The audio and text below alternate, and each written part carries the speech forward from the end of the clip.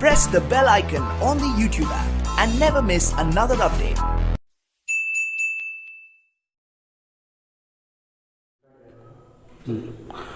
Welcome back to my YouTube channel Raju Sengupta classes. पिछले class में जो हम बीकॉम का पढ़ाए थे, आज हम क्लास 11 का पढ़ाएंगे। क्लास 11 में अभी तक हम सब्सिडाइज बुक पढ़ा चुके हैं, सब्सिडाइज बुक तो हो गया। इसके बाद आज एक चैप्टर पढ़ाएंगे हम आप लोग को, बैंक रिकॉन्सिलिएशन स्टेटमेंट। ठीक है, ये बहुत ही इंपॉर्टेंट चैप्टर है और ध्यान से सुनना है, समझना भी है। तो बैंक रिकॉन्सिलिएशन स्टेटमेंट जब पढ़ाएंगे तो सबसे पहले आप लोग को उसके बारे में कुछ जानकारी देना जरूरी है कि है क्या आखिर, है ना। अचानक लिखना शुरू करेगा तो समझ में नहीं आएगा। देखिए, बैंक रिकॉन्सिलिएशन स्टेटमेंट क्या होता है। जब बिजनेसमैन लोग बिजनेस करता है तो बैंक में क्या होता है, अकाउंट रहता है। हर बिजनेस का एक अकाउंट होता है बैंक में। तो बैंक में जनरली 4 तरह का अकाउंट खोलते हैं हम लोग। एक होता है सेविंग्स अकाउंट, जो जनरल पब्लिक का होता है। एक होता है रिकरिंग डिपॉजिट, मंथ में एक बार जमा कीजिए, एक सर्टेन पीरियड के बाद पैसा आप निकाल सकते हैं। ठीक है। एक होता है फिक्स डिपॉजिट, जमा कर दीजिए 7 साल, 8 साल, 8.5 साल, जो भी ड्यूरेशन है, उसके बाद वो डबल हो जाएगा। और एक होता है करेंट अकाउंट। तो हम यहाँ जो भी काम करेंगे वो करेंट अकाउंट भी काम होगा। करेंट अकाउंट क्या होता है, इसमें कोई ट्रांजैक्शन का लिमिट नहीं होता, चाहे कितना बार भी डालिए, कितना बार भी निकालिए। तो बिजनेसमैन लोग जिस अकाउंट का यूज़ करता है उसको हम बोलते हैं करेंट अकाउंट। तो मेरा यहाँ पर करेंट अकाउंट में जो ट्रांजेक्शन्स होता है उसको लेकर चलना है। ठीक है। तो कभी कभार क्या होता है कि बिजनेसमैन के जो अकाउंट अपने मेंटेन करता है, अपने पास जो कैश बुक मेंटेन करता है, उस कैश बुक का बैलेंस कभी कभी पासबुक के साथ नहीं मिलता है। किसी भी कारण, बहुत सारा कारण होता है नहीं मिलने का। तो वो जब नहीं मिल पाता, एक सर्टेन पीरियड का, ऐसा नहीं पूरा साल भर का। जैसे एक मंथ का स्टेटमेंट निकाला बैंक से, तो एक मंथ का स्टेटमेंट बाद जब चेक किया तो मालूम चला कि ये चीज़ नहीं मिल पा रहा है, बैलेंस नहीं हो पा रहा है। तो किस कारण से बैलेंस नहीं मिला उसको फाइंड आउट किया जाता है और उसको एक स्टेटमेंट तैयार किया जाता है जिसको बोलते हैं बैंक रिकॉन्सिलिएशन स्टेटमेंट। इसमें क्या किया जाता है, दोनों बैलेंस को टैली कराया जाता है कि कैश बुक का बैलेंस क्या था और पासबुक का बैलेंस क्या था। दोनों में अगर डिफरेंस है तो किन कारणों से डिफरेंस है, उस कारण को निकाल के उसको टैली कराया जाता है। That is bank reconciliation statement. तो हम लोग बोल सकते हैं बैंक रिकॉन्सिलिएशन स्टेटमेंट को क्यों तैयार किया जाता है। तो bank reconciliation statement is prepared to reconcile the both cash and bank balance. ठीक है। तो हम लोग इसको इस तरह से लिखेंगे। यहाँ पर देखिए, यह लिखेंगे बैंक रिकॉन्सिलिएशन स्टेटमेंट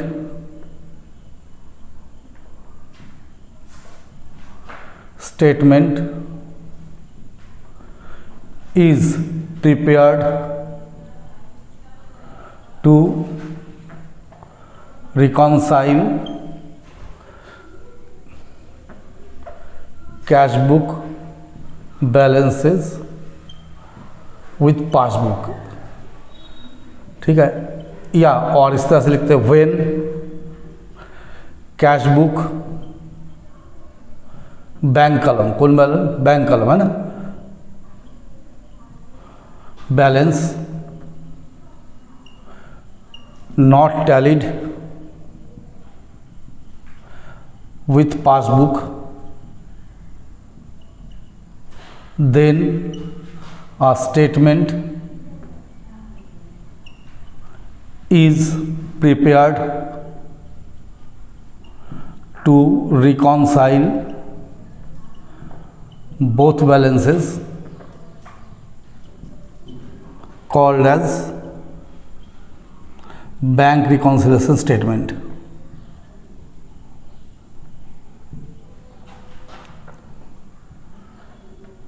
तो देखिए हम क्या लिखे, दो तरह से लिख दिए। पहला लिखे bank reconciliation statement is prepared to reconcile the cash book balance with passbook, या इस तरह से लिख सकते हैं when cash book bank column balance not tallied with passbook, then a statement is prepared to reconcile both balance called as bank reconciliation statement. तो यहाँ ध्यान दीजिएगा, हम देखिए कैश बुक का कौन सा कॉलम, बैंक कॉलम। ठीक है।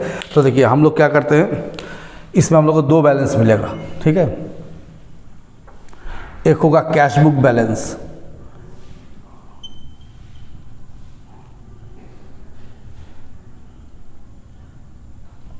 और एक होगा पासबुक बैलेंस।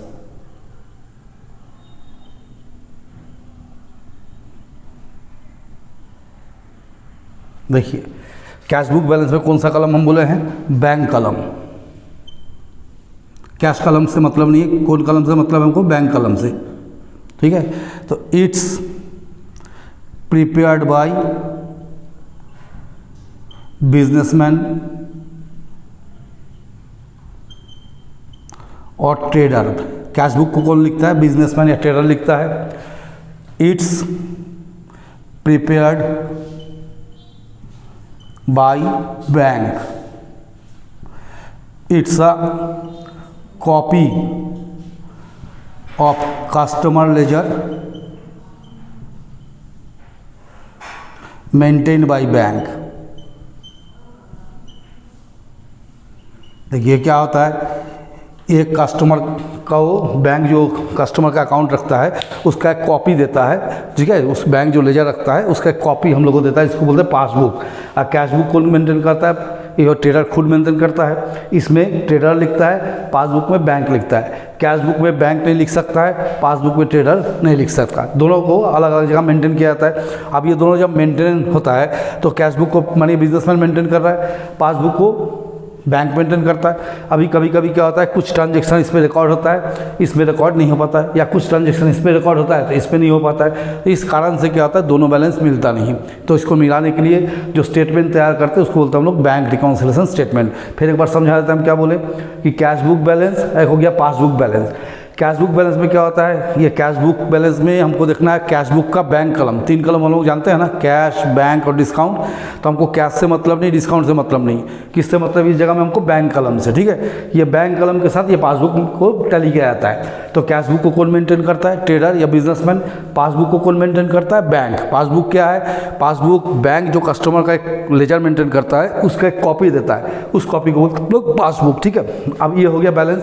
अब आगे थोड़ा सा हम बढ़ते हैं, इसको देखिए, इसको आप लोग नोट कीजिएगा। देखिए जैसा हम यहाँ पर मैंने लिखते हैं, एक हो गया आपका कैश बुक, एक हो गया पासबुक। ये दो चीज़ हम लिखे वहाँ पर भी, अभी यहाँ भी वही लिखे हैं। देखिए कैश बुक में 2 बैलेंस होगा, एक हो गया डेबिट बैलेंस, एक होता है क्रेडिट बैलेंस। पासबुक में भी सेम होगा, एक होगा डेबिट बैलेंस, एक होगा क्रेडिट बैलेंस। देखिए कैश बुक का डेबिट बैलेंस का मतलब होता है फेवरेबल, मतलब आपके पास पैसा है, पॉजिटिव बैलेंस है ना। और क्रेडिट बैलेंस मतलब हो गया ओवरड्राफ्ट, माने आपके पास नेगेटिव बैलेंस चल रहा है, मतलब आप लोन लिए हुए हैं। पासबुक का डेबिट बैलेंस हो गया ओवरड्राफ्ट, पासबुक में डेबिट बैलेंस दिया इसका मतलब होता है ओवरड्राफ्ट। और क्रेडिट बैलेंस दिया मतलब क्या हो गया? फेवरेबल, माने पॉजिटिव बैलेंस। तो क्या समझाएं, कैश बुक में अगर आपको डेबिट बैलेंस दिया हुआ है तो इसका मतलब होता है फेवरेबल बैलेंस है।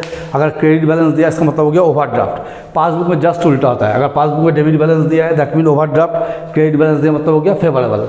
अब दोनों में क्या होता है देखिए, इस जगह हम लिखते हैं, जैसे मानिए कैश बुक है, ये हो गया पासबुक।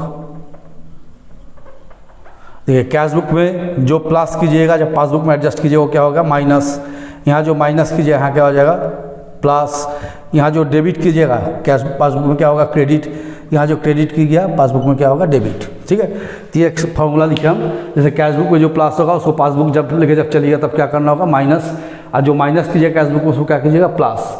कैश बुक में जो डेबिट होता है वो पासबुक में क्रेडिट, और कैश बुक में जो क्रेडिट होगा वो पासबुक में डेबिट, ठीक है। तो देखिए कैश बुक में डेबिट होना मतलब पैसा आना, क्रेडिट होना मतलब पैसा जाना। कैश बुक में कोई चीज़ अगर डेबिट हो रहा है दैट मीन आपको पैसा आया, क्रेडिट हो गया तो आपको पैसा निकल गया। पासबुक में उल्टा होता है, पासबुक में अगर क्रेडिट हो रहा है दैट मीन पैसा आपका अकाउंट में आ रहा है, और पासबुक में कोई चीज़ डेबिट हो रहा है मतलब बैंक आपसे पैसा काट रहा है, ठीक है। ये इसका थीम है, इस पे बेस करके हम लोग आगे चलेंगे अभी, ठीक है। अभी हम दिखाएंगे किन किन कारणों से नहीं मिलता है। देखिए causes of disagreement of both balance, दोनों बैलेंस में डिसएग्रीमेंट का कारण क्या होता है? एक नंबर था टाइम गैप, अगर होता है एरर कमिटेड। ये दो चीज़ को समझिए, है ना। देखिए टाइम गैप क्या होता है? समय पर ना होना, अगर एरर कमिटेड मतलब कोई गलती हो जाना, ठीक है। सपोज कीजिए जैसे मानिए हम लोग यहाँ करते हैं, माने check issued but not presented for payment, मानिए एक आइटम हम यहाँ लिखते हैं, मानिए किसी को हम 5,000 का चेक दिए हैं, ठीक है। तो ये मेरा कैश बुक है। कैश बुक में मानिए मेरा इनिशियल बैलेंस यहाँ टू बैलेंस BD मानी हमारा 50,000 था इनिशियल बैलेंस, ठीक है। मानिए चेक हम इशू किए थे एक्स को, तो जैसे इशू करेंगे मानिए हो गया 7 तारीख को, 7/9 को हम इशू किए थे, 7/9 को जैसे इशू किए तो बाई एक्स बोल के क्या करते हैं, बैंक कलम में लिख देते 5,000, तो मेरा बैलेंस कितना आ गया 50,000 यहाँ था, यहाँ भी कितना बचा था 50,000, 5,000 कट के मेरा बैलेंस कितना बचेगा, बाई बैलेंस CD बचा चाहिए 45,000। माने जैसे हम चेक इशू करते सेम डे में हम क्या करते कैश बुक उसको एंट्री करके बैलेंस को कम कर देते। आप मानिए पासबुक है, पासबुक तो आप लोग देखे ही होगा, मानिए पासबुक में कैसे रहता है, ये मानिए आपका है विथड्रॉल, ये डिपॉजिट, ये मानिए बैलेंस, ये मानिए डेट है, ठीक है। तो यहाँ आपको बैलेंस मानिए शो कर रहा है 50,000। अब ये 7 तारीख को चेक हम इशू किए हैं, जब तक ये पार्टी ये चेक लेके बैंक में नहीं पहुँचेगा, मानिए हम 15 तारीख को गए चेक करने के लिए, 15/9 को भी मेरा बैलेंस सेम दिखा रहा है 50,000। इसका मतलब क्या हो गया, ये पार्टी को जो चेक हम दिए हैं वो लेके अभी तक बैंक पे नहीं गया, दैट मीन मेरा बैंक अकाउंट से पैसा डिडक्ट नहीं हुआ, लेकिन हम ऑलरेडी क्या किए कैश बुक में से पैसा डिडक्ट कर चुके हैं कि मेरा पैसा चला गया, हम चेक दे चुके हैं, पैसा निकल गया। लेकिन वो पार्टी जब तक उस चेक को लेके बैंक में नहीं पहुँचेगा तब तक तो बैंक से पैसा निकलेगा नहीं। तो मेरा बैंक में क्या हुआ 50,000 का 50,000 एज इट इज़ दिख रहा है, जबकि मेरा कैश बुक में कितना दिख रहा है, यहाँ पर देखिए कैश बुक में कितना दिख रहा है 45,000 दिख रहा है। क्यों दिख रहा है, क्योंकि जैसे हम चेक इशू किए सेम डे में हम कैश बुक में क्या किए एंट्री कर लिए, लेकिन चेक जैसे हम जिसको दिए हैं वो उसकी मर्जी पे है ना, वो बैंक जाएगा कि नहीं जाएगा। तो मानिए वो 10 दिन बैंक नहीं गया, वो 10 दिन बाद पैसा लेगा, तो 10 दिन के बाद भी अगर हम देखेंगे तो मेरा बैलेंस क्या रहा है एज इट इज़ 50,000 दिखा रहा है। तो दोनों बैलेंस में क्या होगा डिफरेंस आ गया ना, यहाँ कितना बैलेंस दिख रहा है 45,000, यहाँ कितना बैलेंस दिख रहा है 50,000, तो दोनों तो टैली नहीं कर रहा है। तो ये जो टैली नहीं करता इसको मिलाने के लिए जो स्टेटमेंट हम बनाते हैं उसको बोलते हैं बैंक रिकॉन्सिलिएशन स्टेटमेंट। देखिए आप एक चार्ट हम इसको लिखेंगे कि किसको प्लस करना है किसको माइनस करना है, ये देखेंगे।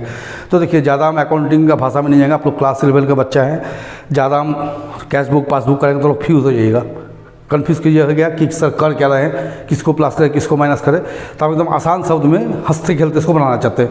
हम क्या बोलेंगे आपको, जो इसमें आपको खुशी होगा उसको प्लस कर दीजिए, और जिसमें आप दुखी हो रहे उसको माइनस कर दीजिए। बोलो बाप ये कौन भाषा हो गया, खुशी होगा तो प्लस कर देंगे, दुखी होगा तो माइनस कर देंगे। तो देखिए हम कैसे लिख के बता रहे हैं, आराम से चलिए, ज़्यादा टेंशन लेके पढ़िएगा तो पढ़ाई बोझ लगने लगेगा, और हंस खेल के पढ़िएगा तो पढ़ाई मज़ा आएगा।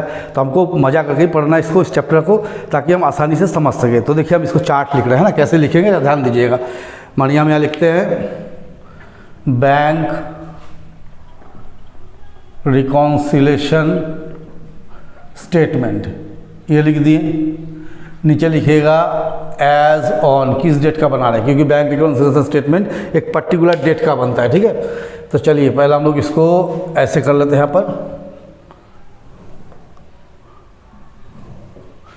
एक आइटम लिखते हैं प्लस आइटम, एक लिखते हैं माइनस आइटम, ठीक है। और बनिए यहाँ पर लिख देते हैं पार्टिकुलर्स, क्या क्या लिखेंगे इसके अंदर। सेम इसको अगर हम यहाँ कैरी करते हैं, मान इसको कैरी करेंगे हम तो यहाँ तक आएंगे, ठीक है। तो चलिए मानिए हम लेके चल रहे कैश बुक, मानिए हम यहाँ लिखते हैं debit balance as per cash book, ठीक है। तो बोलिए बैलेंस को हम यहाँ लिख दिए प्लस में, डेबिट बैलेंस है तो कहाँ लिखेंगे प्लस में।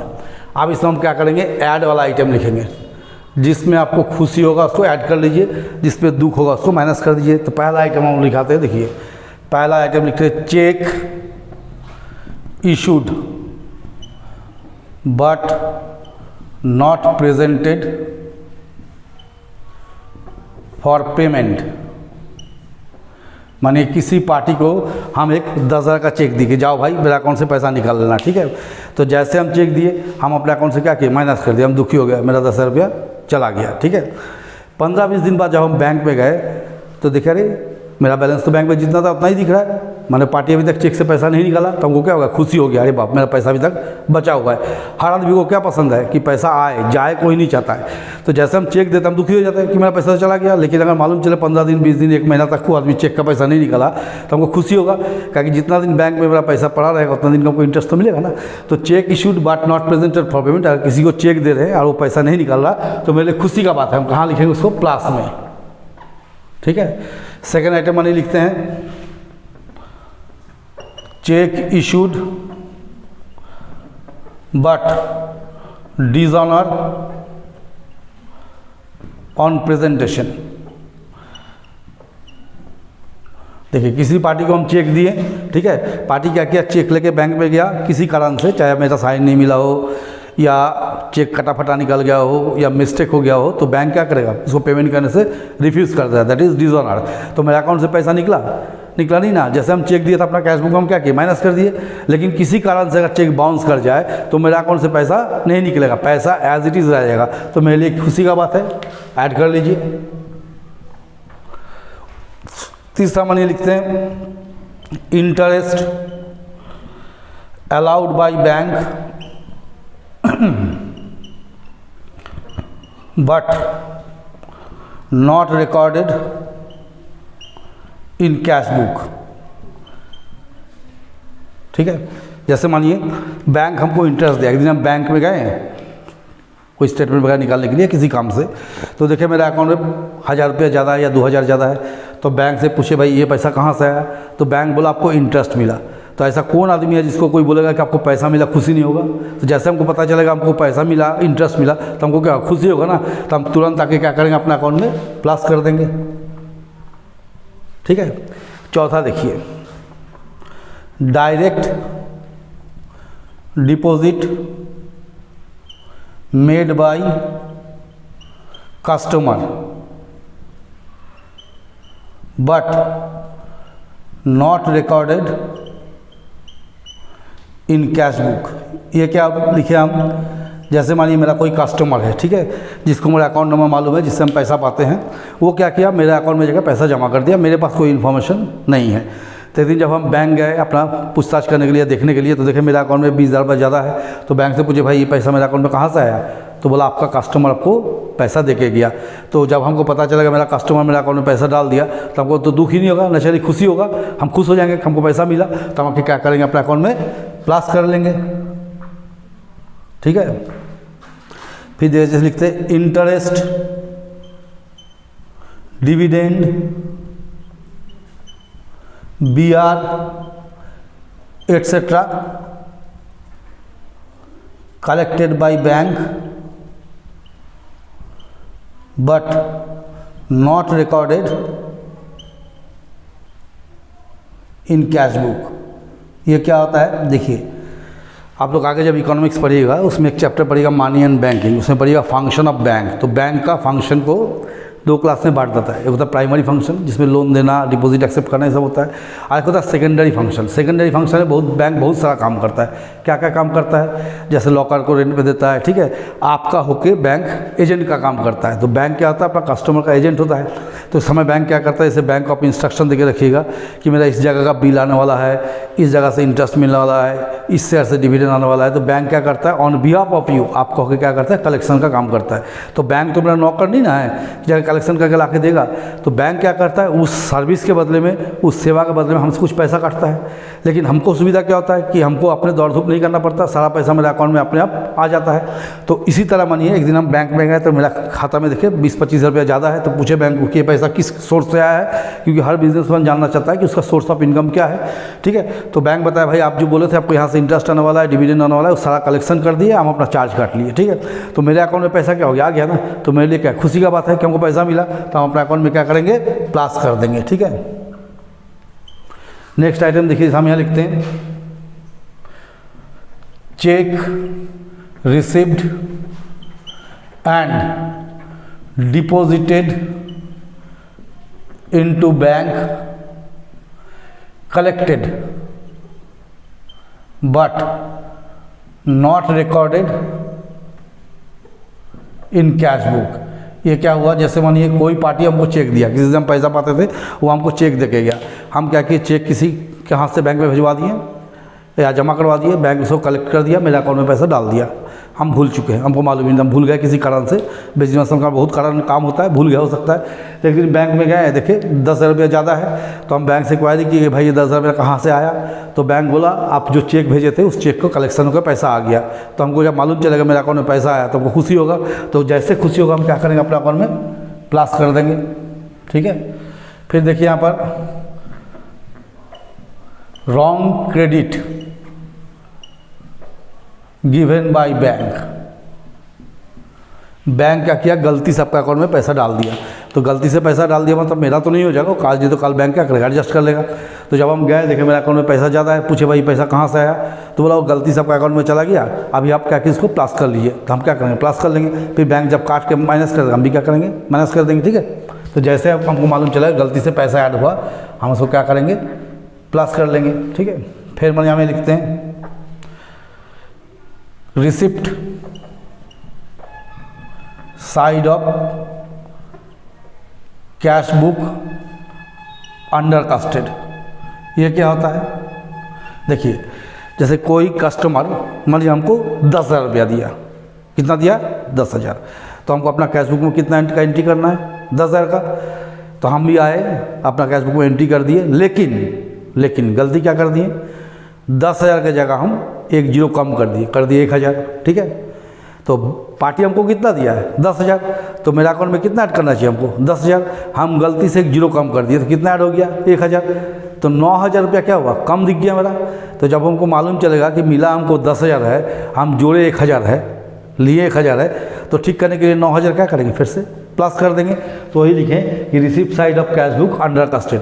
जब आपको मालूम चलेगा कि हमको मिला है 10,000, हम लिखे 1,000 है, तो ठीक करने के लिए फिर से कितना पैसा डालिएगा, डिफरेंस अमाउंट डालिएगा। तो डिफरेंस अमाउंट कितना हो गया, 9,000, उसको हम लोग क्या करेंगे, प्लस कर देंगे। ठीक है, फिर हम लोग यहाँ लिखेंगे payment side of cash book over casted. देखिए payment side of cash book over casted मतलब क्या हो गया, किसी पार्टी को हम पेमेंट किए हैं 2,000, तो मेरा कैश बुक में से कितना पैसा माइनस करना चाहिए, 2,000। मानिए हम पेमेंट किए मोहन को, paid to Mohan by cheque 2,000, Mohan को चेक से 2,000 दिए, तो बाई मोहन बोल के कैश बुक का क्रेडिट में क्या लिखेंगे, 2,000 लिखेंगे। तो मेरा अकाउंट से कितना माइनस हो गया, 2,000। लेकिन फिर वही गलती से हम क्या किए, एक जीरो बढ़ा दिए, तो कितना माइनस हो गया, 20,000। हमको माइनस कितना करना है, 2,000, हम कितना माइनस करके बैठ गए, 20,000। तो कितना ज़्यादा माइनस कर दिए, भाई 20,000 में मानिए 20,000 हम माइनस कर दिए, करना चाहिए हमको 2,000, तो कितना ज़्यादा माइनस हो गया, 18,000। इस 18,000 को हमको क्या करना, रिकवर करना होगा ना। तो 18,000 हम क्या करेंगे, लाके अपने अकाउंट में प्लस कर देंगे। ठीक है, ये प्लस हो जाएगा। फिर मैंने ऐसा लिखते हैं, एकदम 9th हो गया ना, मैंने यहाँ लिखते हैं बैंक चार्जेस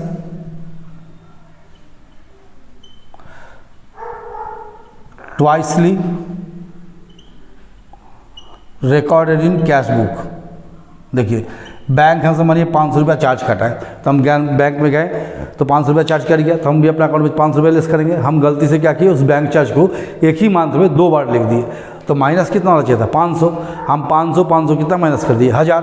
तो जब हमको मालूम चलेगा हम ऐसा गलती किए हैं, तो 500 को फिर से क्या करेंगे, कैश बुक में प्लस कर लेंगे। तो ये हो गया प्लस का आइटम। ठीक है, ये 10 आइटम हम लोग प्लस पे देखेंगे। अब हम माइनस का आइटम लिख के आप लोग समझाते हैं। अब देखिए, अब हम लेस का आइटम मैंने आप लोग अब दुखी हो जाएंगे, खुश नहीं, अब क्या होंगे, दुख। जैसे दुख होगा हम क्या करेंगे, माइनस करना शुरू करेंगे। तो चलिए हम लोग यहाँ लिखते हैं लेस का आइटम। चलिए पहला दुखी कैसे होगा, देखिए यहाँ लिखिए check deposited but not yet credited by bank. देखिए होता क्या है, जैसे मैंने बिजनेस कीजिएगा ना, तो आपका जहाँ अकाउंट है, जरूरी नहीं उस बैंक में मेरा भी अकाउंट हो। मानिए मेरा SBI में अकाउंट है, कहाँ अकाउंट है मेरा, स्टेट बैंक में, और मेरा जो कस्टमर है मानिए उसको है BOI में, बैंक ऑफ इंडिया में। अब BOI का कस्टमर है, और मेरा अकाउंट किस में है, SBI में। तो माने कोई चेक हमको दिया, तो चेक हम अपना बैंक में भेज देंगे। तो बैंक में भेजेंगे तो साथ ही साथ पैसा नहीं मिलेगा। बैंक क्या करता है, उस तरह का BOI का जितना भी चेक्स होता है, सारा चेक को इकट्ठा करके क्लियरिंग हाउस में भेजता है, जहाँ चेक क्लियर होता है। चेक क्लियर होने के बाद बैंक मेरे अकाउंट में पैसा डालता है। ये ड्यूरेशन में टाइम लगता है, कुछ टाइम लगता है, 10 दिन, 15 दिन, 20 दिन, जो भी लगे। वो तो हर बैंक का इस पर डिपेंड करता है, एरिया पे डिपेंड करता है, दूरी पे डिपेंड करता है, कहाँ का चेक है, खैर जो भी हो। तो मानिए वो चेक क्या हुआ, आपको जिस कैश बुक क्या बोलता है, जिसको आपको जो जिस दिन मिला उसको उसी दिन रिकॉर्ड कीजिए, या जो आप किए उसको सेम डे में रिकॉर्ड कर दीजिए। तो मानिए कोई कस्टमर हमको 20,000 का चेक दिया, हम चेक क्या किए, साथ ही साथ बैंक में भेज दिए। और जैसे बैंक में भेजते हैं उसी दिन कैश बुक में क्या लिखते हैं, टू कस्टमर आप लोग हम पहले कैशबुक में पढ़ाए थे कि cheque received and send to bank on same day must be recorded in debit side of bank column of cashbook. माने अगर किसी कस्टमर से चेक प्राप्त हो रहा है और उसको हम उसी दिन बैंक में जमा कर रहे हैं तो कैशबुक का डेबिट साइड में बैंक कॉलम में लिख देते हैं। तो उसी तरह हम लोग क्या किए, चेक मिला कैशबुक का डेबिट में बैंक साइड में लिख दिए, ठीक है। अब वो चेक चला गया क्लियरेंस में, हम तो अपना कैशबुक में आज ही लिख दिए कि हमको पैसा मिल गया। लेकिन जब हम 20 दिन बाद 25 दिन बाद बैंक से क्वेरी किए कि मेरा पैसा कहाँ तक आया, नहीं कि आया कि नहीं आया, तो बैंक बताया कि आपको चेक का पैसा अभी तक क्लियर होकर नहीं आया। तो आप तो चेक जमा कर चुके हैं, आपको लगा पैसा मिल गया, लेकिन बैंक 15 दिन 20 दिन बाद जब भी हम गए होंगे बैंक हमको बताया कि आपको चेक का पैसा नहीं मिला। तो ऐसे कंडीशन में क्या होगा, खुशी तो नहीं होगा, दुख होगा। तो जैसे दुख होगा हम क्या करेंगे, यहाँ पर के माइनस कर देंगे। इस पोजीशन में क्या करेंगे, उसको हम लोग इस जगह में माइनस में लिखेंगे, ठीक है। सेकंड जैसे लिखते देखिए, check deposited but dishonoured and not recorded in cash book. देखिए ये क्या हुआ, माने कोई कस्टमर हमको चेक दिया, ठीक है, 50,000 का 20,000 का जो भी एक अमाउंट का लमसम का चेक हमको दिया। हम क्या किए, चेक जिस दिन मिला उसी दिन बैंक में भेज दिया, अपना कैश बुक में एंट्री कर लिए कि पैसा हमको आ गया, ठीक है। 7 दिन 10 दिन 15 दिन बाद जब हम बैंक में पूछने गए तो बैंक बता दिया आपको जो चेक दिया उसका अकाउंट में पैसा ही नहीं है। अब जब उसके अकाउंट में पैसा नहीं है तो ना चले उस चेक का पैसा हमको मिलेगा नहीं, और चेक का पैसा जब नहीं मिलेगा तो चेक हो गया बाउंस हो गया ना। तो जिस चीज़ को हम लिख चुके हैं वो मिल चुका है कैश बुक में हम क्या लिखे कि चेक हमको मिल गया, पैसा हमको मिल गया, हम कैश बुक में एंट्री कर दिए कि पैसा आ गया। लेकिन 15 दिन बाद मालूम चला कि जो आदमी हमको चेक दिया था उसका अकाउंट में पैसा ही नहीं है, तो पैसा आया नहीं। तो जब पैसा नहीं आया तो चेक क्या हो गया, बाउंस हो गया। तो हम 10 तो बात उसको सुनाएंगे, लेकिन पैसा तो मेरा मिला नहीं ना, तो हमको क्या करना होगा, अपना कैश बुक से माइनस करना होगा ना। तो हम दुखी होकर अपना कैश बुक से क्या करेंगे, माइनस करेंगे। उसको 10 तो बात जरूर सुनाएंगे, लेकिन अपना बुक से क्या करना होगा, माइनस करना होगा, ठीक है। Third, interest on overdraft charged by bank but not recorded in cash book. देखिए बैंक का नियम क्या है कि अगर आप बैंक से लोन वगैरह लिए हुए हैं, ठीक है, तो बैंक क्या करता है, आपका अकाउंट में जैसे पैसा आएगा तो बैंक सबसे पहले क्या करता है, इंटरेस्ट का पैसा काट लेगा, ठीक है। तो मानिए उस तरह से मेरा बैंक में ओवरड्राफ्ट लिया हुआ है, मेरा अकाउंट में कहीं से पैसा आया, बैंक का किया 5,000 रुपया, उसका जो इंटरेस्ट बनता है काट लिया, या EMI जो बनता है काट लिया। तो दिन हम बैंक में गए, देखे मेरा अकाउंट में 5,000 रुपया कम है, तो हम पूछे भाई ये पैसा कहाँ गया मेरा, तो बोला आपका इंटरेस्ट कट गया। तो हम कुछ कर सकते नहीं ना, सिवाय दुखी होगा जा मेरा पैसा तो कट गया, ताकि हम क्या करेंगे, अपना अकाउंट में माइनस कर देंगे। ताकि क्या कीजिए, माइनस कर दीजिए यहाँ पर। फोर्थ वन ये लिखते हैं, bank charges charged by bank but not recorded in cash book, ठीक है। बैंक बनिए, मेरा अकाउंट से 500 रुपया चार्ज काट लिया, हमको मालूम नहीं है। यदि हम बैंक में गए, देखे 500 रुपया कम है, तो बैंक से पूछिए 500 रुपया किस जगह में गया, क्यों काटे, तो बोला आपका बैंक चार्जेस लग गया। बैंक चार्जेस लगने के कई कारण है, चेक बाउंस होता है उसमें भी चार्ज लगता है, आप ड्राफ्ट बनाइएगा उसमें कमीशन लगता है, कई तरह का चार्ज, आपका SMS चार्ज कटता है, कुछ भी चार्ज कटता है। तो बनिए मेरे अकाउंट से 500 रुपया काट लिया बैंक, तो बैंक को हम पूछे कि भाई पैसा आप क्यों काटे हैं, तो बोला आपको बैंक चार्जेस लग गया। तो क्या आप बैंक से मारामारी कीजिएगा, नहीं ना, कोई उपाय नहीं है। आपको आगे क्या करना होगा, कैश बुक में दुखियों के माइनस करना होगा। तो हमको दुख हो गया तो हम क्या किए, माइनस कर दिए, ठीक है। अब हम इस साइड में आते हैं,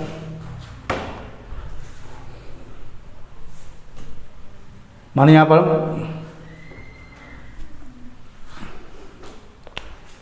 यहाँ लिखते हैं, check issued and presented but not recorded in cash book. ये क्या होता है, माने कोई हमसे पैसा पाता है, ठीक है, हमको बोला कि सर पैसा बाकी है, देना नहीं है, तो हम बोला ठीक है ले लो, चेक काटे उसको दे दिए। वो क्या क्या उसी दिन क्या बैंक से निकाल लिया। ये इंसिडेंट मेरा माथा से निकल गया, ठीक है। हमको कैश बुक में रिकॉर्ड करना चाहिए था, हम भूल गए, रिकॉर्ड नहीं किए। तो जब हम बैंक से स्टेटमेंट मंगाए या बैंक से गए पूछताछ करने के लिए, तो पूछे भाई ये जो 5,000 रुपया कम दिख रहा है ये किस कारण से दिख रहा है। बोला आप किसी को चेक दिए थे, वो पैसा निकाल के चला गया, या XYZ किसी को भी चेक दिए थे वो पैसा निकाल के लेके गया, तो मेरा अकाउंट से पैसा क्या हो गया, घट गया ना। तो मेरे पास ऑप्शन क्या है, इसको माइनस करना। तो हम दुखी होकर क्या करेंगे, इसको माइनस कर देंगे, ठीक है। फिर देखिए payment made by bank on behalf of customer for LIC premium, electric bill, telephone bill, but not recorded in cash book. देखिए जैसा भी हम पढ़ा रहे थे, थोड़ा देर पहले ही बताए थे कि बैंक क्या करता है, अपना कस्टमर का एजेंट का काम करता है। तो किसी बैंक को अगर हम, जैसे बड़ा बड़ा बिजनेस में क्या होता है कि ये संभव नहीं कि टाइम टू टाइम जाके बिल सब जमा करें, तो बिजनेसमैन लोग क्या करता है, सारा डिपार्टमेंट को लेटर इशू कर देता है कि भाई आपका जो बिल है मेरे अकाउंट के थ्रू आप लोग ले लीजिएगा, अकाउंट में डाल दीजिएगा, वहाँ से पैसा आपको मिल जाएगा, ठीक है। बैंक को भी ऐसा इंस्ट्रक्शन दिया जाता है। तो एक दिन जब बैंक में गए तो मेरे पास 20-25 रुपये मेरे अकाउंट से कम हो गया, तो हम बैंक से पूछे भाई पैसा कहाँ चला गया मेरा, ये इतना पेमेंट कहाँ गया। तो बोला आपका इलेक्ट्रिक बिल, आपका LIC प्रीमियम, आपका टेलीफोन बिल, आपका क्लब बिल सब पेमेंट कर दिए। तो सब पेमेंट कहाँ से किया, बैंक अपने घर से नहीं करता है, किया कहाँ से, मेरे अकाउंट से ना। तो पैसा किस अकाउंट से कटा, मेरे अकाउंट से। तो मेरे अकाउंट में पैसा क्या हो गया ना, तो हम क्या हो गए, दुखी हो गए। आगे क्या किया, अपने अकाउंट से माइनस कर दिए, ठीक है। फिर नेक्स्ट देखिए BR discounted with bank returned dishonor but not recorded in cash book. ये क्या होता है, देखिए नेक्स्ट जो भी क्लासेस हम करेंगे उसमें एक चैप्टर पढ़ाएंगे bill of exchange. Bill of exchange में क्या होता है, बिल डिस्काउंट के बारे में जानिएगा। ऐसा हम जनरली बता देते हैं कि जैसे किसी का, अगर हम बैंक से, मेरा गुडविल अच्छा है, बैंक जानता है कि मेरा अच्छा कस्टमर है, गुड कस्टमर है, तो बैंक अपना कस्टमर को बहुत सारा फैसिलिटीज़ देता है, और इसी फैसिलिटीज़ पे बिजनेसमैन लोग क्या करता है, बिजनेस करता है, ठीक है। तो जैसे मानिए मेरे पास कोई बिल है 1 लाख का, जिसका टाइमिंग है 3 महीना बाद मिलेगा, 3 महीना बाद उस बिल का पैसा हमको मिलेगा, किसी भी संस्था का बिल हो। तो बैंक हमको ऑफ़र करता है, जो 1 लाख रुपया का बिल आपके पास है, तो आप एक काम कीजिए, मेरे पास जमा कर दीजिए, आप 98,000 ले जाइए हमसे। तो 1 लाख का बिल है, हमको 98,000 मिलेगा। तो मेरा फ़ायदा क्या हो रहा है, मेरा फ़ायदा ये है कि ये पैसा हमको 3 महीना बाद मिलने वाला था, वो पैसा हमको आज मिल रहा है। मेरे पास तुरंत वर्किंग कैपिटल आ जा रहा है, हमको बिजनेस करने के लिए पैसा मिल जा रहा है तुरंत एट ए टाइम। अब बैंक को क्या फ़ायदा होगा, बैंक हमको 1 लाख के बदले दिया 98,000, अब बैंक कितना वसूल करेगा उस बिल का, 1 लाख। तो बैंक बीच में कितना कमा लेगा, 2,000। तो इसमें दोनों पार्टी को फ़ायदा है, बैंक को भी फ़ायदा है, हमको भी फ़ायदा है। मेरा टाइम बच रहा है, टाइम से पहले पैसा मिल जा रहा है, अब बैंक 2,000 रुपये डिस्काउंट चार्ज कमा लेगा। तो ये तो चलता ही रहता है। तो मानिए ऐसा कोई बिल था जो हम बैंक से डिस्काउंट करा लिए थे, ठीक है। आज जिस पार्टी को बिल देना था वो पार्टी क्या किया, ड्यू डेट में बिल का पैसा नहीं दिया।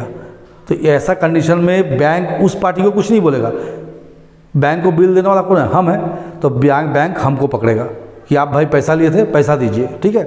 अगर मेरे अकाउंट से पैसा रहेगा, अकाउंट में पैसा रहेगा, तो बैंक सोचेगा भी नहीं, अपना बिल का पैसा काट लेगा। तो एक दिन हम बैंक में गए तो पता चला मेरे अकाउंट से 1 लाख रुपया कम है। तो पूछे भाई क्या हो गया, मेरा पैसा कहाँ गया। बोला आप जो बिल डिस्काउंट करवाए थे वो पार्टी बिल का पैसा नहीं दिया, वो भाग गया, तो पैसा आप भरिएगा ना। तो हम बोले हाँ भाई भरना तो पड़ेगा, पैसा तो हम लिए थे। तो हम दुखी हो जाएंगे, उस पार्टी को 10 ठो गाली देंगे, लेकिन उपाय मेरे पास कोई नहीं है, बैंक पैसा तब तक कट चुका है। तो हम दुखी होकर अपने अकाउंट से क्या करेंगे, पैसा माइनस कर देंगे, ठीक है। देखिए interest allowed by bank twicely recorded in cash book. देखिए ये होता क्या है कि जैसे बैंक हमको इंटरेस्ट दिया, मानिए 1,000 रुपया, 2,000, 5,000 जो भी एक लमसम अमाउंट हमको इंटरेस्ट मिला है, तो हम अपने अकाउंट में जोड़ेंगे। तो कौ बार जोड़ेंगे, एक बार ना। तो मैंने एक बार हम जोड़ दिए, एक बार मेरा अकाउंटेंट जोड़ दिया, तो कौ बार जोड़ा गया, 2 बार। मिला तो एक ही बार है, लेकिन जोड़े कौ बार, हम लोग 2 बार जोड़े। तो ऐसा करने में जब आपको मालूम चलेगा कि मिला 1 बार है, जोड़े 2 बार है, तो पैसा तो एक ही बार आया ना, 2 बार तो आ नहीं सकता है। तो एक बार जो एक्स्ट्रा जोड़ा गया उसको क्या करना होगा, माइनस करना होगा। इसको हम लोग क्या करेंगे, यहाँ पर माइनस कर देंगे, ठीक है। फिर देखिए wrong debit taken by bank. Bank क्या किया, गलती से मेरे अकाउंट से पैसा काट लिया, ठीक है। तो हम चले गए बैंक में, पता चला मेरे अकाउंट से 5,000 रुपया काट लिया। हम चिल्ला करेंगे क्यों काटे पैसा मेरे अकाउंट से गलती से? तो बोला कि भाई जब आपको गलती से पैसा दिए थे तब तो बड़ा मज़ा आया था, आज काट लिए गलती से तो दुखी हो रहे हैं। दुखी मत होइए, पैसा आपको रिफंड हो जाएगा, लेकिन एट ए टाइम आपको हिसाब मिलाने के लिए माइनस करने के अलावा कोई दूसरा उपाय है ही नहीं। तो हम क्या आएंगे, आके अपना अकाउंट से माइनस कर देंगे। ठीक, receipt side of cash book overcasted. देखिए ओवरकास्ट मतलब ज़्यादा जोड़ना, अंडरकास्ट मतलब कम जोड़ना। ये जो ओवरकास्ट अंडरकास्ट का है ये आगे इसका बहुत यूज़ आएगा जब हम रेक्टिफिकेशन पढ़ाएंगे उस टाइम समझिएगा। तो यहाँ भी हम समझाते हैं receipt side of cash book overcasted. देखिए किसी पार्टी मनी हमको 5,000 रुपया दिया, ठीक है, तो मेरे कैश बुक में एंट्री किसका होना चाहिए? 5,000 का। हम क्या किए, गलती से उसको 10,000 एंट्री कर दिया। ठीक है, मेरा माथा में आया कि 10,000 दिया, 10,000 लिख दिया, लेकिन पार्टी दिया कितना है? 5,000। तो मेरा बैंक में कितना पैसा है? 5,000 है ना, लेकिन हम कितना लिख के बैठे हुए हैं? 10,000। तो हमसे गलती हो गया ना। तो जब हमको ऐसा मालूम चलेगा कि मिला 5,000 है, हम रिकॉर्ड किए 10,000, तो मेरे पास माइनस करने के अलावा कोई दूसरा उपाय नहीं है। हम माइनस के अकाउंट को क्या करेंगे? रेक्टिफाई करेंगे। तो यहाँ पर हम 5,000 क्या करेंगे? माइनस कर देंगे। ठीक है, लास्ट देखिए payment side of cash book overcasted. देखिए जैसे मानिए अंडरकास्टेड है ना।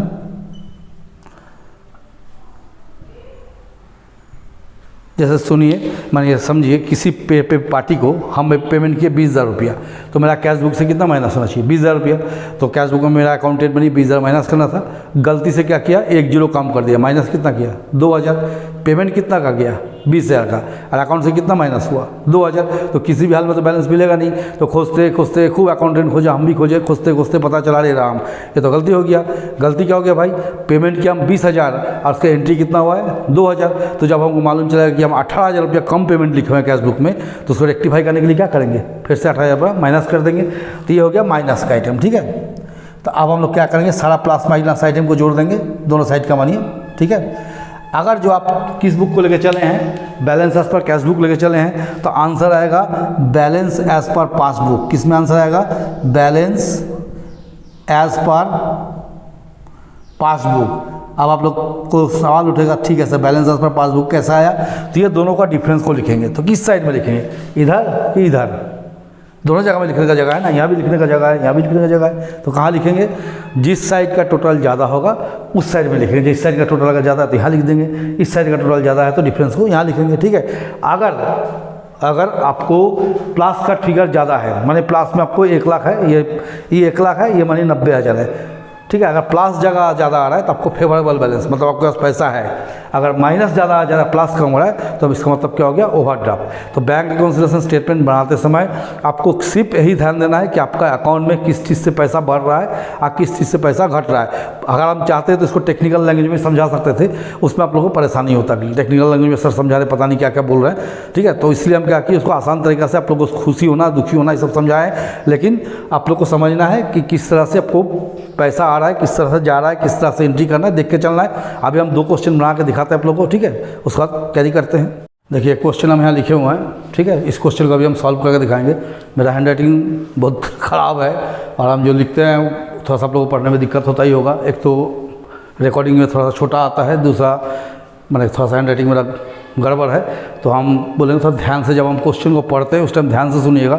और हम क्या करते हैं ना, बोल के पढ़ाते हैं ना, इसलिए हम जो लिखते हैं तो हम समझते आप लोग उसको फॉलो कीजिएगा, तो ज़्यादा हैंड राइटिंग में प्रॉब्लम नहीं आएगा। ठीक है, तो ये क्वेश्चन लिखे, चलिए क्वेश्चन को पहले पढ़ते हैं, उसके बाद हम बनाते हैं। ठीक है, यहाँ क्या लिखे, on 31 March 2017 the bank balance as per Ram and brothers cash book shows और डेबिट बैलेंस ऑफ 17,280। देखिए जब भी आप बैंक रिकॉन्सिलिएशन स्टेटमेंट बनाने जा रहे हैं, सबसे पहले सबसे अहम चीज़ क्या है, ये डेट। इस डेट को आपको ध्यान में रखना है कि आप किस डेट का बना रहे हैं। समझिए हम क्या बोले, मेरे कहने का मतलब है कि जब भी हम कोई भी BRS का क्वेश्चन बनाएंगे, बैंक रिकॉन्सिलिएशन स्टेटमेंट का बनाएंगे, तो हम लोग सबसे पहले क्या ध्यान देंगे, डेट। ठीक है, और एक बात आप लोग बताते हैं, ज़्यादातर बच्चे क्या करते हैं ना कि जैसे बैंक रिकॉन्सिलिएशन स्टेटमेंट बनाना है तो हेडिंग जो लिखते हैं BRS लिख देता है। आप लोग इस तरह का काम मत कीजिएगा, अकाउंट्स में भागने का जगह नहीं है। पूरा ही लिखिएगा और सुंदर से लिखिएगा, डेट वाइज लिखिएगा और स्टेटमेंट को, इसका स्टेटमेंट बहुत इंपॉर्टेंट है, इसका स्टेटमेंट को सही से लिखिएगा। अग बगा के नहीं लिखना है, आप BRS TRS छोटा जैसे लिखता है उस तरह से नहीं करना है। प्रॉपर फॉर्म में, कोई अकाउंट्स प्रॉपर फॉर्म में बने तो देखने में भी अच्छा लगता है और बनाने में भी मज़ा आता है। इम्प्रॉपर फॉर्म में बनाइएगा तो कोई मज़ा नहीं आएगा फिर। ठीक है, चलिए क्वेश्चन देखते हैं। देखिए, on 31 March 2017 the bank balance of Ram and son brothers cash book shows a debit balance. क्या बैलेंस दिखा है? Debit balance 17,280। तो कैश बुक का कौन सा बैलेंस है? Debit balance. थोड़ा देर पहले हम क्या समझाएं कि कैश बुक में डेबिट बैलेंस होना मतलब फेवरेबल बैलेंस होना। ठीक है, on comparing with the passbook, जब हम पासबुक के साथ कंपेयर कर रहे हैं, किसके साथ कंपेयर कर रहे हैं? पासबुक के साथ। The following difference were found. क्या क्या डिफरेंस आ गया? जब हम पासबुक के साथ मिलान किए तो हमको मालूम चला कि इतना सारा डिफरेंसेस निकल के आ गया। तो भाई क्या क्या डिफरेंस आ गया? पहला डिफरेंस निकला, cheque for 8,400 send for collection have not been cleared by bank. इसका कहने का मतलब कि 8,400 का चेक हम बैंक में जमा किए थे जो कि अभी तक बैंक में क्लियर होके नहीं आया। पहला स्टेटमेंट ये है। दूसरा क्या बोल रहा है? Cheque issued but not presented for payment 5,600। 5,600 का चेक हम इशू किए लेकिन अभी तक प्रेजेंट नहीं हुआ, ये एक स्टेटमेंट है। तीसरा लिखा, there is a debit of 80 in passbook but not recorded in the cash book. ठीक है, तो there is a debit of 80 as, थोड़ा बैंक चार्जेस लिख देते। ठीक है, मज़ा नहीं आएगा फिर। ठीक है, there is the 80 for bank charges in the passbook but not recorded in cash book. Bank क्या किया? 80 रुपया बैंक चार्ज काटा लेकिन वो कैश बुक में एंट्री नहीं हुआ। तीसरा स्टेटमेंट यह है। चौथा स्टेटमेंट क्या बोला? Bank credited 240 for interest. Bank जब आपको क्रेडिट कर रहा है, बैंक जब आपको डेबिट कर रहा है। दो शब्द आ रहा है, एक बैंक का डेबिट करना, एक बैंक का क्रेडिट करना। बैंक अगर आपका अकाउंट में कोई चीज़ डेबिट कर रहा है दैट मीन पैसा कट रहा है। अब बैंक आपको कोई चीज़ क्रेडिट कर रहा है मतलब अकाउंट में पैसा ऐड कर रहा है। तो bank credited 240 for interest in the passbook. Bank क्या किया? 240 रुपया इंटरेस्ट क्रेडिट कर दिया मेरा पासबुक में, लेकिन not recorded in cash book. Cash book उसका एंट्री नहीं हुआ। चलिए, एक स्टेटमेंट हो गया। फिर यहाँ लिखते हैं, एक customer deposited 2,000 direct into the bank. एक कस्टमर क्या किया? बैंक अकाउंट में डायरेक्ट 2,000 रुपये जमा कर दिया, कैश बुक उसका एंट्री नहीं हुआ। ये एक स्टेटमेंट है। और लास्ट स्टेटमेंट है, according to the standing order of mister Ram. Mister Ram के ऑर्डर पे बैंक क्या किया? उसके LIC प्रीमियम 3,000 रुपये पेमेंट कर दिया, but this is not recorded in cash book. लेकिन इसको कैश बुक में हम लोग रिकॉर्ड नहीं किए। तो मैंने ये है। ठीक, तो चलिए, जब इसको हम लोग स्टेटमेंट बनाएंगे तो इस तरह से लिखेंगे।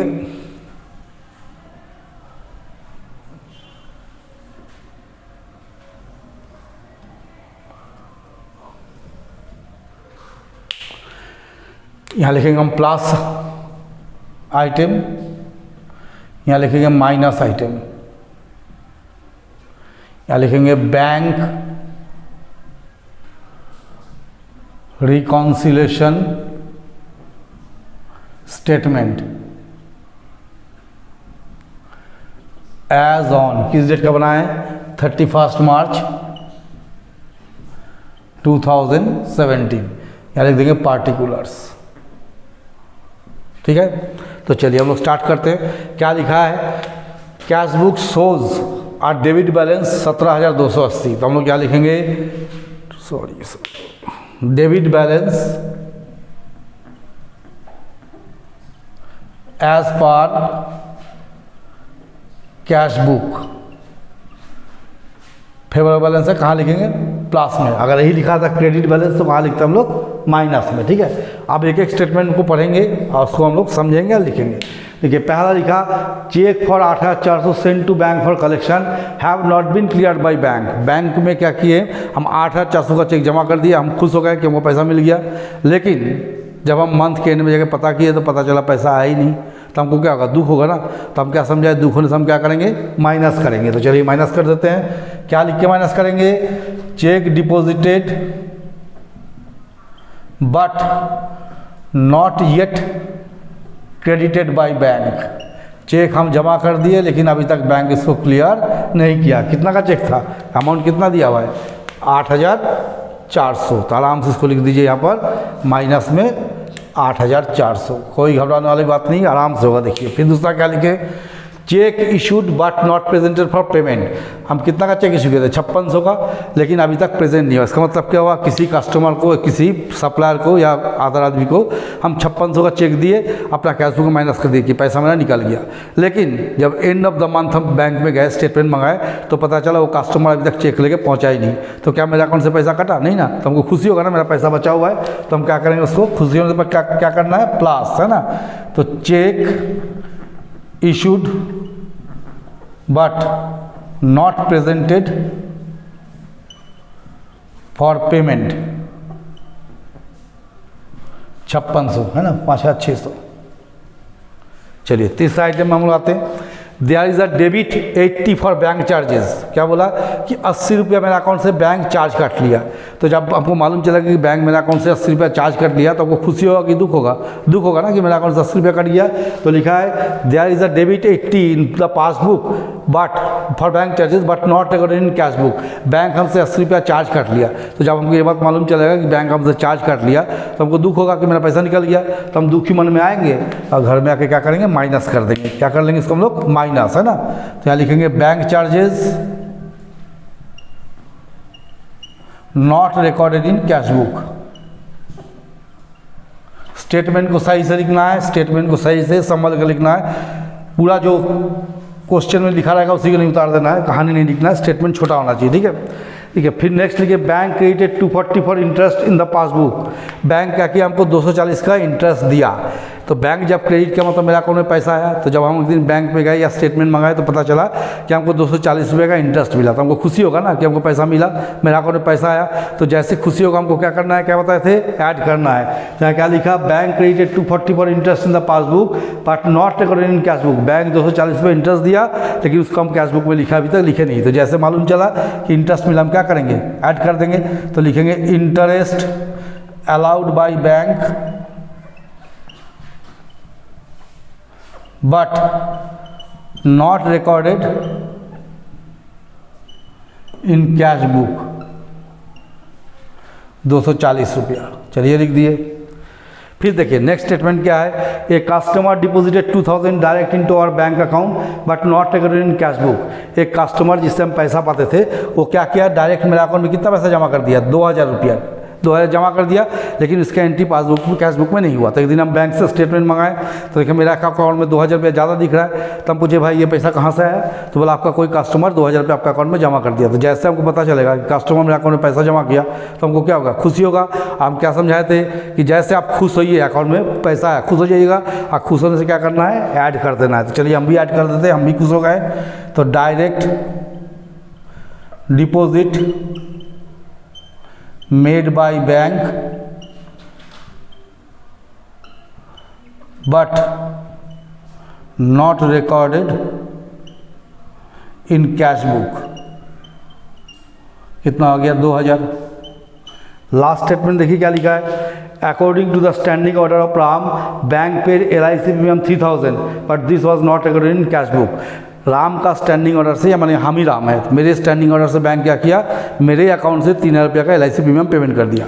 तो हम स्टेटमेंट मंगाए या बैंक गए, जो भी करें, जब गए तो देखिए 3000 रुपया कम है। तो बैंक को बोले भाई मेरा पैसा कहाँ गया, तो बोला आपका पैसा जो है ना LIC प्रीमियम आपका था वो दे दिए। तो बैंक तो अपना जेब से नहीं देगा, देगा तो मेरे अकाउंट से ना। तो हमको मालूम चला अच्छा 3000 रुपये LIC प्रीमियम चला गया, क्लब बिल चला गया, कुछ भी चला गया, तो मेरा अकाउंट से पैसा गया तो हमको दुख होगा, पैसा निकल गया। तो हम क्या करेंगे, जैसे दुखी होंगे माइनस कर देंगे। तो देखिए बैंक पेड LIC प्रीमियम, ऐसा तो LIC प्रीमियम को ड्राइंग लिखते हैं ना, but not recorded in cash book. कितना का है, 3000 का, ये सारा मिल गया, ठीक है। अब हम लोग क्या करेंगे, दोनों साइड का टोटल करेंगे। तो जहाँ टोटल करके देखिए कितना आता है, तो इधर हो गया 8 3 11,480, ये आ गया। इधर का कितना आता है, चलिए कैलकुलेटर ले लेते हैं, इसी कर लेते हैं। 17,280 प्लस 5,600 जा,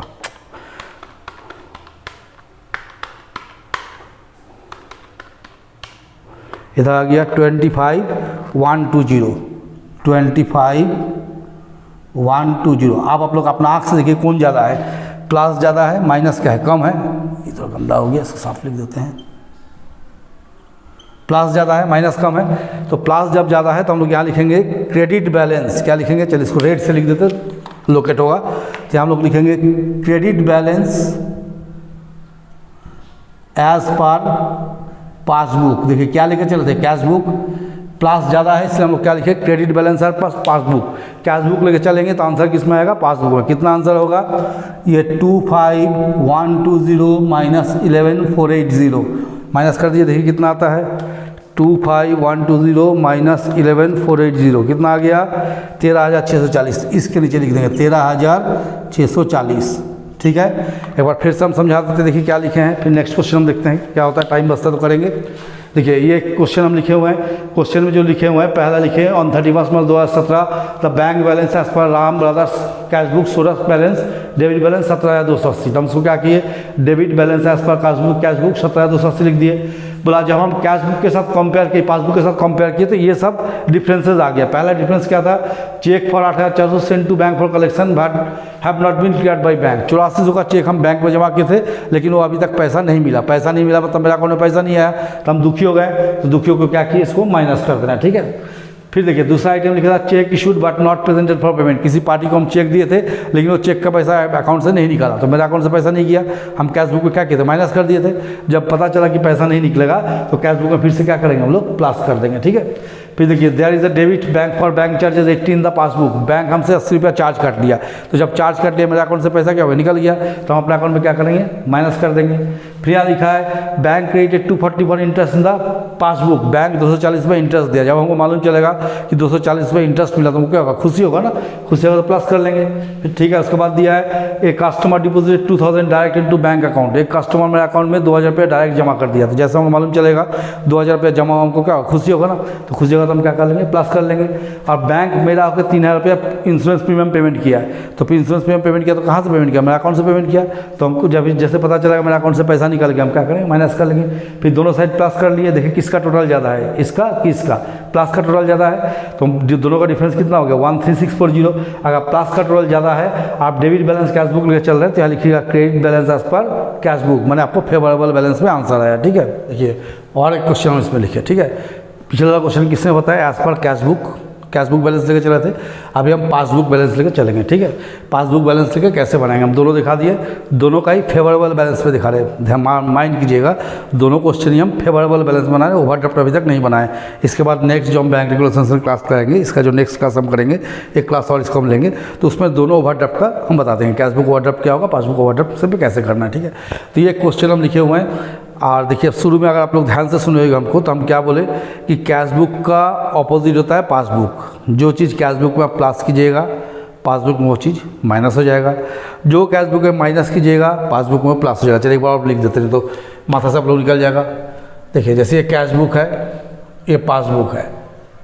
देखिए कैश बुक में जो प्लस कीजिएगा, पासबुक में जाकर माइनस हो जाएगा। यहाँ जो माइनस कीजिएगा कैश बुक में, पासबुक में प्लस होगा। कैश बुक में डेबिट, पासबुक में क्रेडिट, कैश बुक में क्रेडिट, पासबुक में डेबिट। तो क्या चलेगा, रिवर्स, उल्टा चलेगा। ठीक है, जो कैश बुक में करते हैं पासबुक में उसको क्या करना है, हमको उल्टा करना है।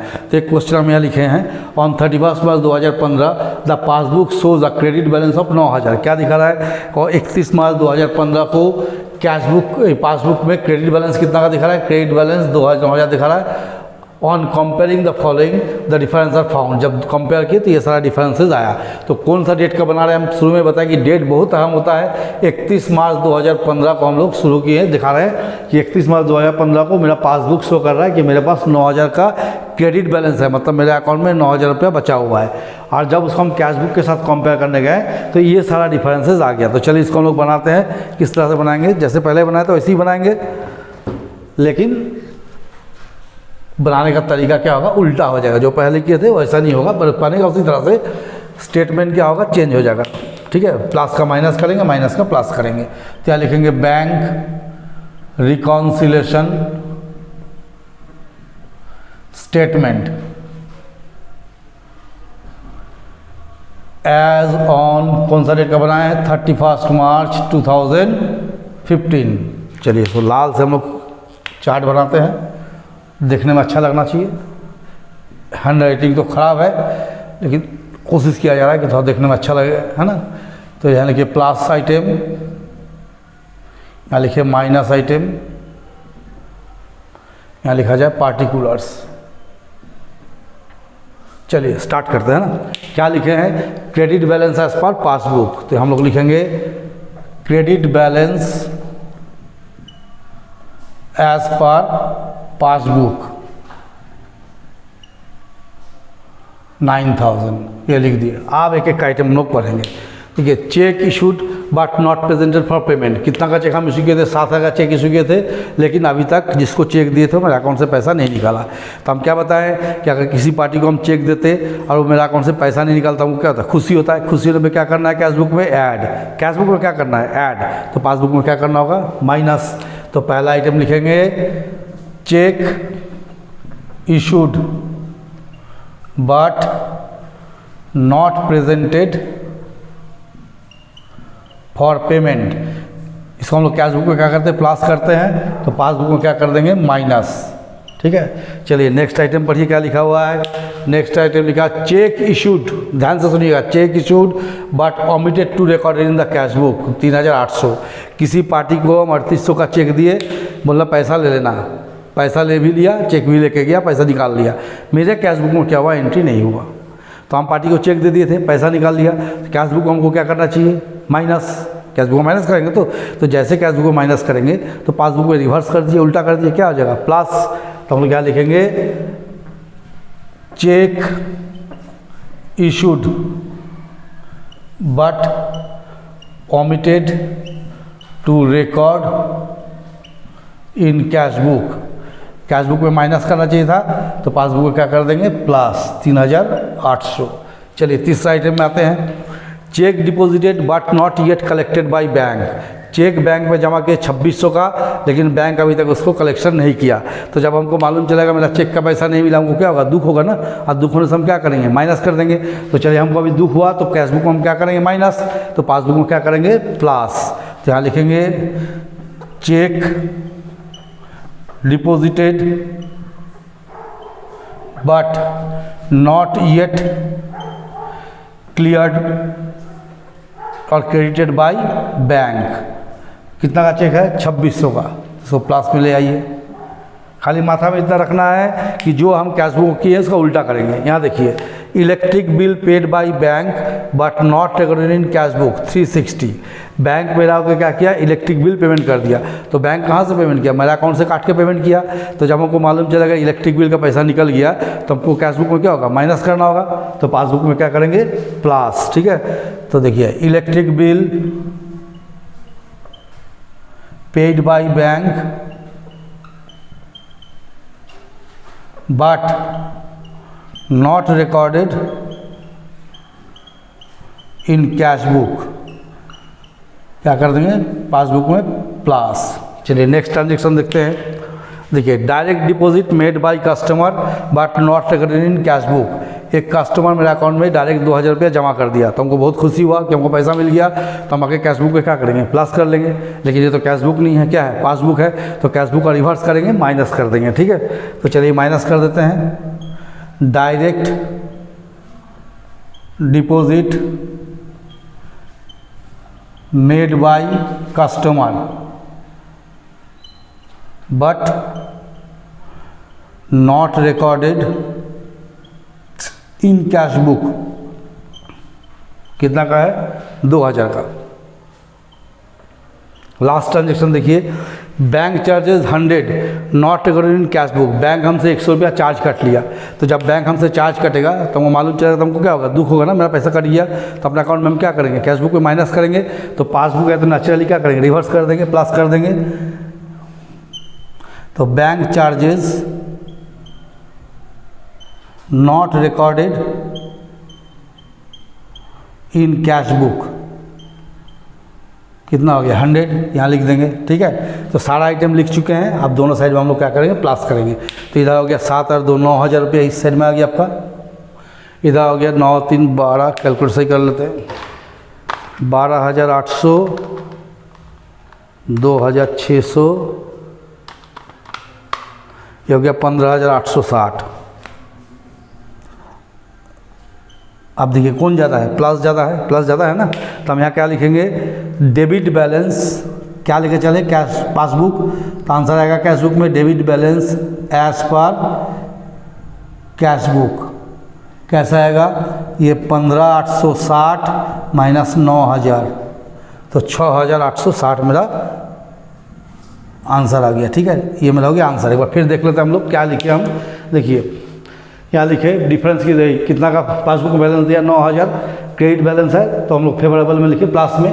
पहला आइटम है cheque issued but not presented, check issued but not presented cash book में क्या करते हैं, माइनस, तो इसमें क्या कर सॉरी प्लस करते, इसमें क्या किया माइनस। ठीक है, cheque issued but omitted to record, cheque किसी पार्टी को दिए लेकिन कैश बुक में नहीं दिखे, तो कैश बुक में क्या करना है, माइनस करना है, तो पासबुक में रिवर्स करके क्या कर दिए हम, प्लस कर दिए। ठीक है, फिर देखिए check deposited but not credited, bank में चेक जमा किया लेकिन बैंक इसको क्रेडिट नहीं किया, तो कैश बुक में क्या करते हैं माइनस, तो इसमें क्या होगा प्लस। ठीक है, electric bill paid by bank, bank में इलेक्ट्रिक बिल पेड किया तो कैश बुक में क्या करेंगे माइनस, तो यहाँ क्या करेंगे प्लस। फिर direct deposit made by customer, customer direct deposit करने पे कैश बुक में प्लस होता है तो पासबुक में क्या होगा माइनस। और बैंक चार्जेस कैश बुक में क्या होता है माइनस, तो इसमें क्या किए प्लस। अभी हम टोटल कर दिए, जिधर का इधर 15,860 इधर कितना है 9,000 है, तो प्लस ज़्यादा है, प्लस ज़्यादा मतलब आपके पास पैसा है, तो पैसा है तो कितना पैसा बच गया, दोनों का डिफरेंस में 6,860।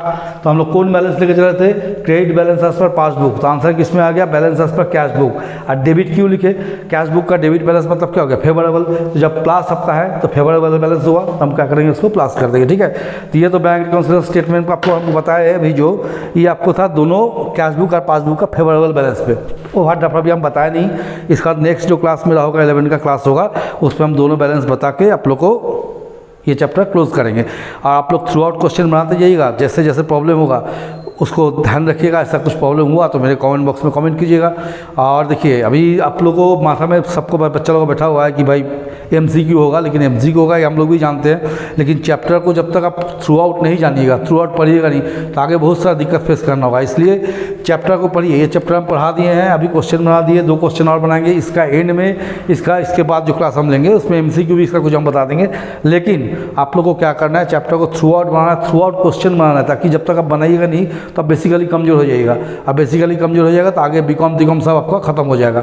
इसलिए आप लोगों को बार बार हम यही बोल रहे हैं कि चैप्टर को जो अब जब हम पढ़ाते हैं उस टाइम ध्यान दीजिए, पूरा वीडियो को देखा कीजिए। देखिए कोई एंटरटेनमेंट वीडियो तो है नहीं कि आप बैठ के आप मजा दिए हंसीएगा खूब मजा आ रहा है, ऐसा तो किसी भी एजुकेशनल चैनल का वीडियो में आपको ये सब चीज़ मिलेगा नहीं। मेरे वीडियो में नहीं मिलेगा कि बहुत मज़ा आ रहा है, खुशी हो रहा है, मासी बज रहा है, सांप पकड़ रहे हैं, बिच्छू पकड़ रहे हैं, ये सब मेरे चैनल में तो आएगा नहीं, है ना।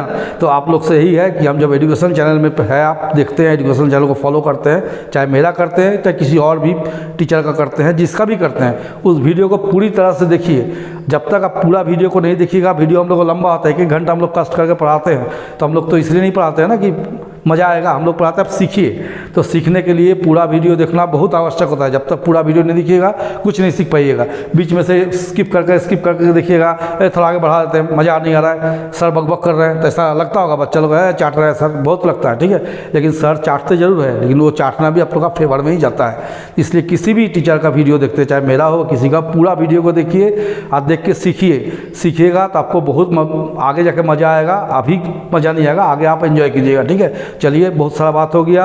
आपको फिर आप लोग सबको रिक्वेस्ट है कि मेरा चैनल को ग्रो करने में मदद कीजिए, मेरा चैनल को ज़्यादा से ज़्यादा सब्सक्राइब कीजिए, ज़्यादा से ज़्यादा लाइक कीजिए और जितना हो सके कमेंट करके मेरे पढ़ाई के बारे में हमको बताइए, सर आप कैसे पढ़ाएं क्या नहीं पढ़ाएं, तो इससे मेरा चैनल ग्रो करेगा। आप लोगों के साथ हम बने रहेंगे।